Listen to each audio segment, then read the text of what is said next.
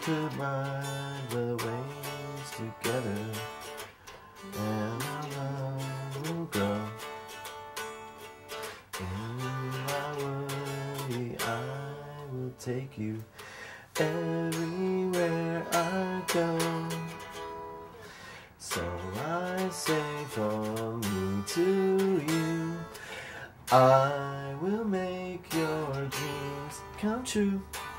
You love me, you serve her girl, you know, serve her girl. When we think about homelessness, so often we think about someone out on the sidewalk with a shopping cart, but the real face of homelessness is an 8-year-old boy or girl. When dealing with issues of extreme poverty and homelessness, on top of simply taking care of children, sometimes it can just all collapse on itself. Homeless children don't attend school regularly, they don't succeed in school, physical development is delayed, cognitive development is delayed. Compass is there to provide that support for families. Across the country, there's a paradigm shift happening to end homelessness. And Compass Community Services is part of the solution. What Compass is doing is very different than what other social service providers are doing. They're focusing on housing, they're focusing on prevention, and they're focusing on providing the dignity and stability that families need.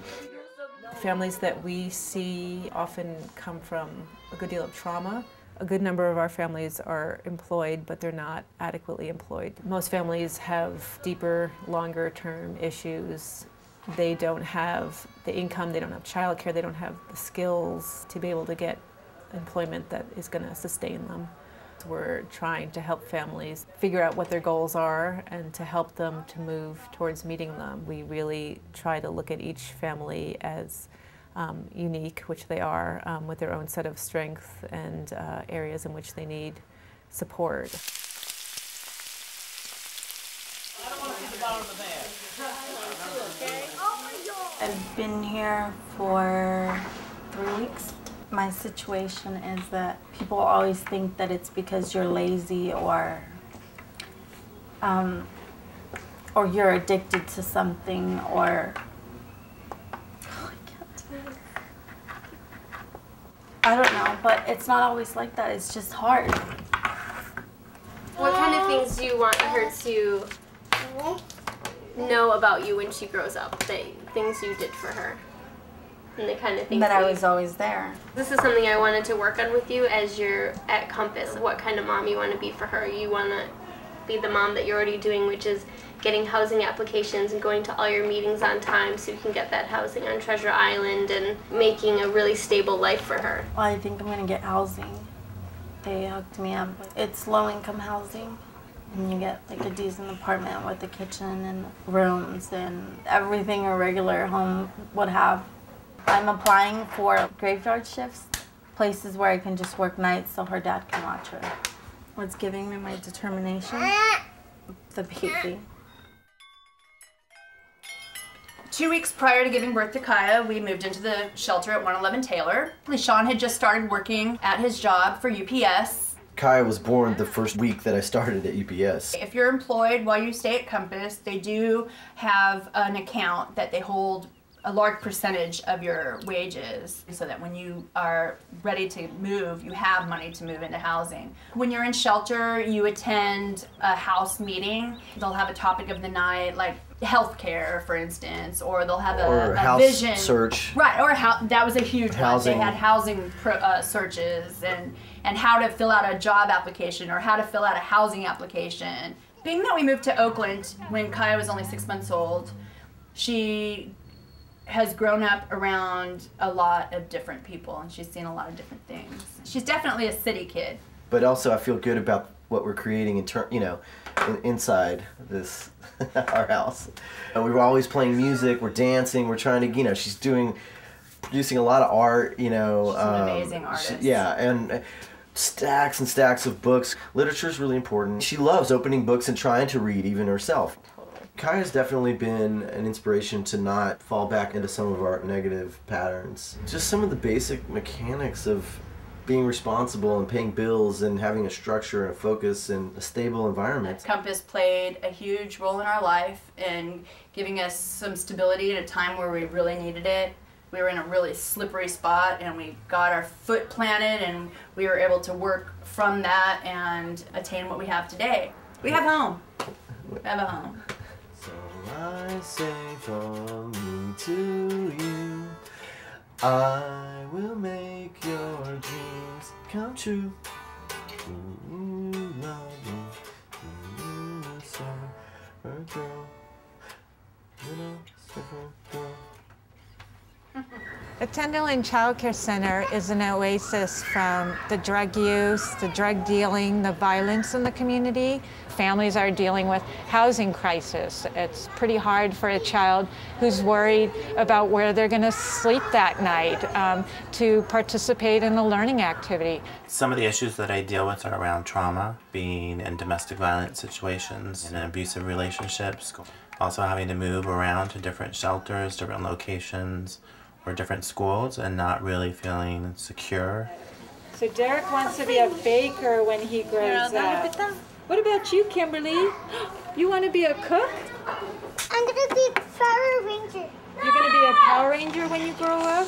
The behavioral effects with children can come out as being very aggressive, hitting other children, biting, pulling hair. It varies according to where they are developmentally. We really provide a strong foundation for the children and a strong foundation in their educational needs, support around their intellectual growth, their social growth, their emotional growth. And then we work with families so that they can not only support their children's education after they leave here, but they can actually advocate.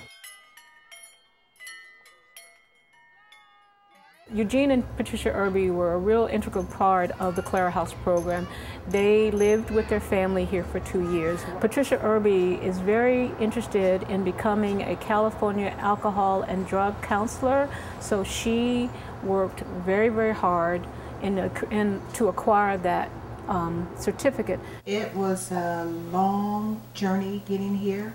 We had some substance issues. Luckily, we got into Clara House, which was a blessing. Clara House gave us the opportunity to be a family. We had to set goals and to reach them. I made appointments for the kids, Right. just stepped up to my mother responsibilities. Clara House became that safety net for us, so we didn't have to fall back into the pit. It gave us opportunity to build some skills, how to manage your money, live life on life's terms on a daily basis, how not to give up so easily, and how to have some confidence in yourself. I told Barbara that I wanted to work with computers. She suggested school. I had given her a flyer that I had for digital printing and publishing. So I went to City College. The thought of going back to school really scared me. But I did very well. My dad got a job. They're working hard now, and I'm just so proud of them. School is the most important thing in this household now. I just want my kids to move forward. I want my husband to be well and just feel good inside about himself. I want my kids to be successful, to have a career instead of a job. For us to be as secure as we can, as loving as we can, and as happy as we can. Our ultimate goal is for families to be stable, and we want them to have healthy relationships with their children. One of the largest growing sectors of homelessness in this country and in this city are families. And we have a moral obligation, an ethical obligation to deal with this. Literally hundreds of families through the work of Compass have been housed. The city shares a vision with Compass that family homelessness could be ended.